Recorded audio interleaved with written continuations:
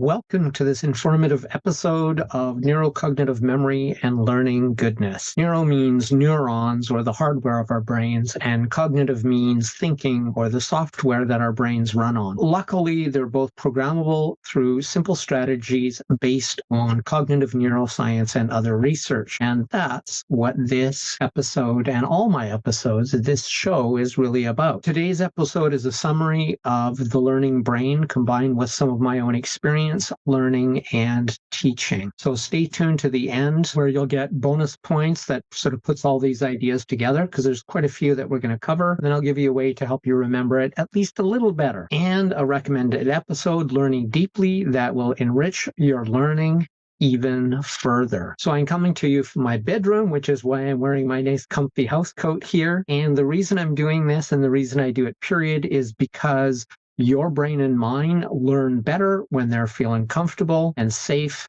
to strive, stretch, and make mistakes. As we delve deeper into the topic of memory and learning, it's important to note there are various strategies and techniques that help us learn smarter and retain information more effectively. Let's take a closer look at some of the most effective methods for improving memory and learning. And these go hand in hand. You can't learn without memory, but memory is far from all that is involved in learning. Firstly, it's essential to prioritize restful sleep, as it plays a vital role in memory consolidation and learning. In fact, so much so that what you learn just before you go to bed will, by the time you wake up, you will be better at what you learned and it will be improved. So the best time actually to learn is right before you go to sleep, if you can do that. When we sleep, our brain essentially processes, strengthens, and generalizes what we learn during the day. That means just before going to bed after learning something, or just before sleeping and after we've learned something, we can't generalize that knowledge to as many subjects as we can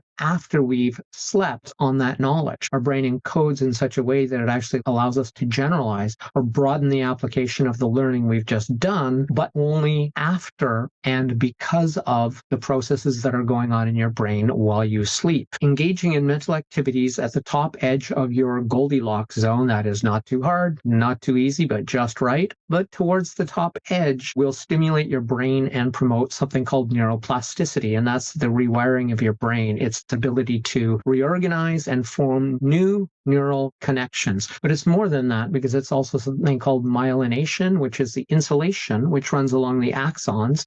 And these things, there's no good pictures here.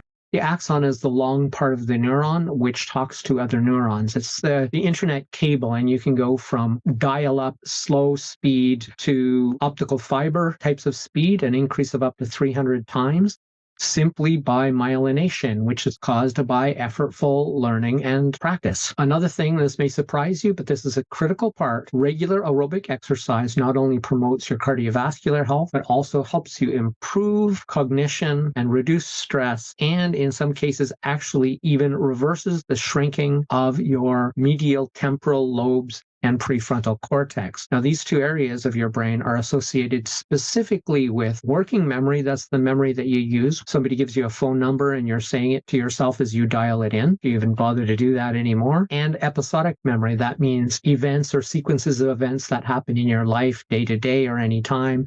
This happened, then this happened. That's an episodic memory. So both of these types of memories are more preserved by those two areas, the prefrontal cortex and the medial temporal lobes. Another thing that's important, because our brain is part of our body, it is a physical thing. Nourishing our brains with a Mediterranean diet and eating moderately can have a positive impact on your cognitive abilities. A Mediterranean diet is mostly made up of plants. So this is fresh vegetables and fruits, healthy foods, legumes, whole grains, all that good stuff that we all know we should be eating anyway, and going easy on the alcohol and the red meat, and instead having more fish or other sources of protein, and then consuming healthy fats in the form of olive oil and nuts. One of the best ways to remember anything that is overt knowledge, or what we'd call declarative knowledge, something you can declare, say out loud, you need for a test, certification, training at work, or to help train your employees, are flashcards. They are the most effective tool supported by science in gaining and retaining book knowledge, which is that declarative memory or declarative knowledge we're talking about. It is memory that you can access consciously. But did you know that spaced learning with flashcards enhances retention even more? That is, instead of thinking you're going to study just before the test, that's actually a mistake. You would be far better to do a little bit of studying or a little bit of learning every day. And the most effective way to do that is to learn it and make flashcards so that when you go to review it, you're actually testing and reviewing and, more importantly, producing that information rather than just regurgitating it from memory. The other thing is maybe something people think is just a hippie thing, but it's been repeatedly demonstrated by neuroscience and thousands of years of practice, and that is mindfulness meditation is another effective strategy because it reduces stress, which improves cognitive function. So you don't have to do meditation specifically, but it is one of the easiest. It's free. It's simple to learn and takes a lifetime to master. It is the thing. Now, maybe you want to do Tai Chi or anything else, anything that helps reduce your stress, because chronic stress impairs our cognitive performance. The next one is my very own, and this is understand, don't memorize. If you simply memorize something that you can regurgitate, that is not understanding. That is memorization. And if you can't apply it, it is useless. It'll help you pass the test, but it is useless if you ever need to use that information in your leadership and in your life. Learn actively by producing questions, answers, and explanations instead of superficially regurgitating or memorizing phrases and definitions. So another thing you can do, which goes back to the flashcard thing, is to randomize your practice and learning to make it even deeper. This can apply both to physical skills like improving your golf game. Don't just do a whole bunch of putting. Do some putting or do a few putts and then do some drives and then do some chip shots. By rotating them, which is the way you really do them, in other words, practice like you play, in any endeavor that will improve your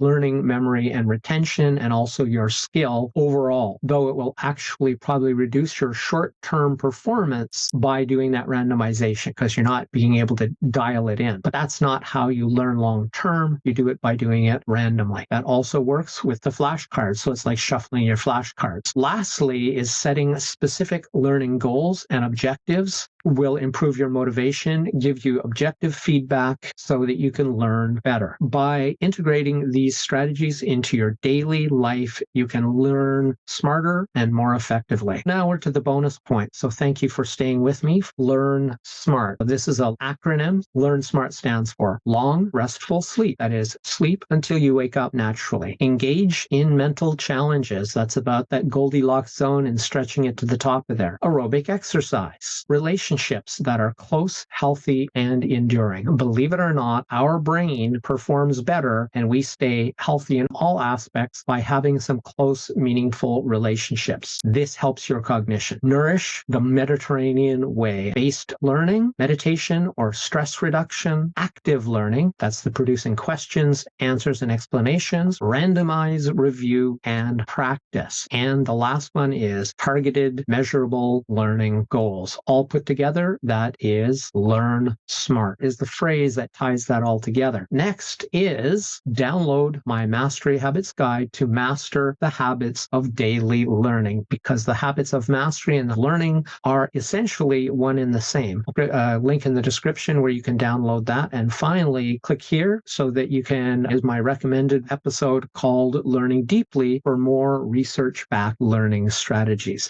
This has been Crush It Club 305, Neuro-Cognitive Strategies from the Learning Brain. My name is Tim B. Green. Bye for now.